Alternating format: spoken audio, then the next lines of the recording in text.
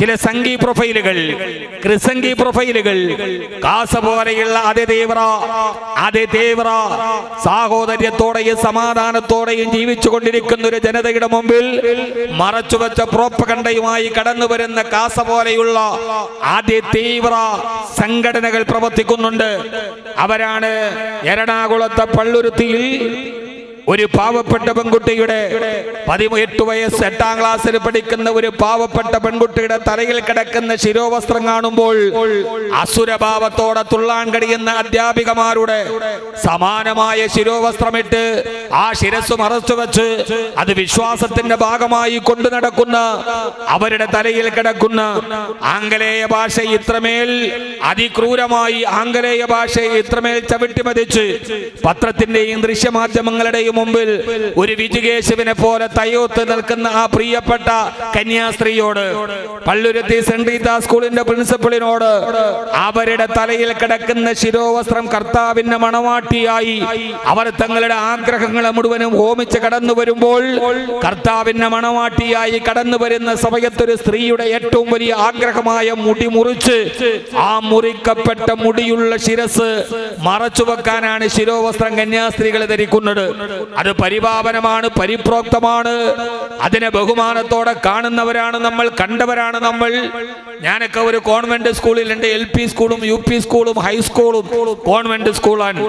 ഇടുക്കി ജില്ലയിലെ ആറക്കുളത്തെ saint Joseph LP school, എൻ്റെ UP school വിദ്യാഭ്യാസം സെന്റ് തോമസ് UP സ്കൂൾ, എൻ്റെ ഹൈസ്കൂൾ വിദ്യാഭ്യാസം സെന്റ് മേരീസ് ഹൈസ്കൂൾ.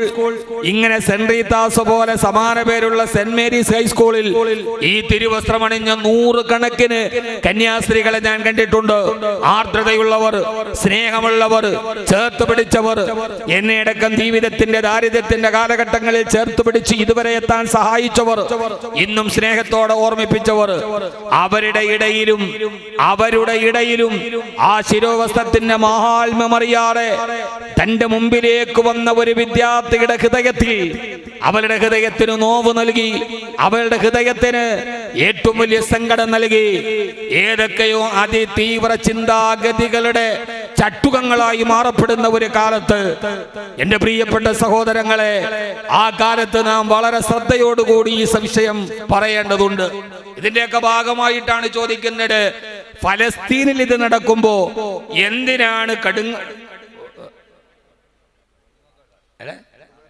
ഒടുങ്ങാക്കാട്, ഒടുങ്ങായിരിക്കട്ടെ, ഒടുക്കില്ല എന്നാണ് ആ കാടിന്.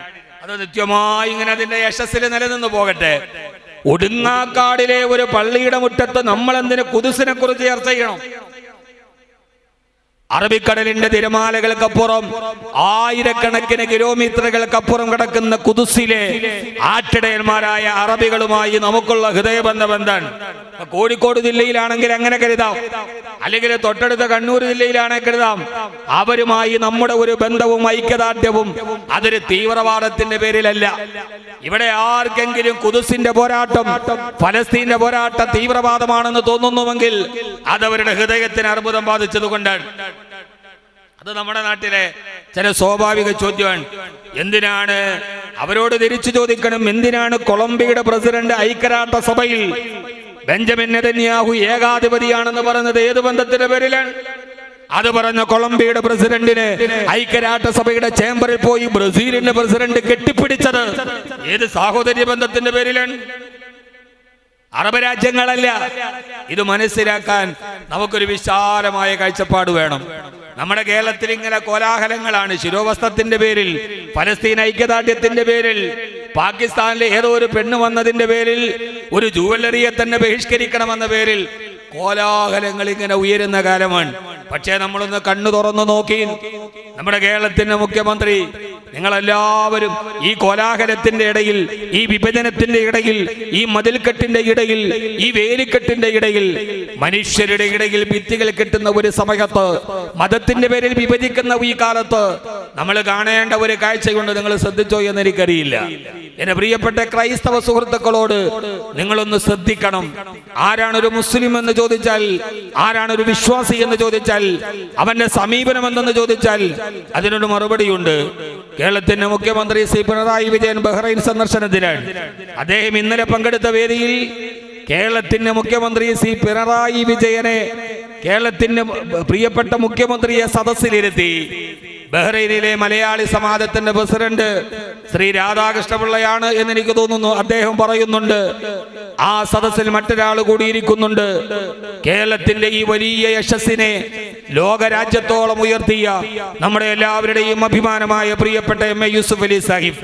അദ്ദേഹം പറയുന്ന സ്വാഗത സമ്മേളനത്തിൽ അദ്ദേഹം പറയുന്നുണ്ട്, പ്രിയപ്പെട്ട എം എ യൂസുഫ് അലി സാഹിബിനോട് എനിക്കൊരു കാര്യം പറയാനുണ്ട്. അതെന്നെ ഏൽപ്പിച്ചത് ഇവിടത്തെ മലങ്കര കത്തോലിക്ക സഭയാണ്. ആ സഭയുടെ വൈദികന്മാരും മെത്രാന്മാരും എന്നെ പറയാൻ ഏൽപ്പിച്ച ഒരു കാര്യം പൊതുസദസ്സിൽ പറയുകയാണ്. ബഹ്റൈൻ എന്ന ഇസ്ലാമിക രാജ്യത്തിൽ, മുസ്ലിം രാജ്യത്തിൽ അവിടുത്തെ മാർത്തോമാ സഭ കഴിഞ്ഞ 10 വർഷമായി ഒരു പള്ളി പണിയാനുള്ള തിരക്കിലാണ്. ലാൻഡ് എടുത്തു, കെട്ടിടം എടുത്തു. പക്ഷേ 10 വർഷമായിട്ട് ഞങ്ങളുടെ ആരാധനകൾക്ക് വേണ്ടി കുർബാന അർപ്പിക്കാൻ ഞങ്ങൾക്കത് തുറക്കാൻ കഴിഞ്ഞിട്ടില്ല. അതുകൊണ്ട് ഞങ്ങൾക്കത് തുറന്നു തരാൻ കഴിയുന്ന ഒരേ ഒരാൾ നിങ്ങൾ മാത്രമാണ്. അതുകൊണ്ട് എം എ യൂസുഫ് അലി സാഹിബ് നിങ്ങളത് ഞങ്ങൾക്ക് ചെയ്തു തരണമെന്ന് പറയുമ്പോ ആ പ്രിയപ്പെട്ട വിശ്വാസിയുടെ മറുപടി അദ്ദേഹത്തോട് പറയുന്നത്, രാധാകൃഷ്ണപിള്ള ആർക്ക് വേണ്ടി? ക്രിസ്ത്യൻ സമൂഹത്തിന്റെ 10 വർഷമായി തുറക്കാത്ത ഒരു പള്ളിക്ക് വേണ്ടി.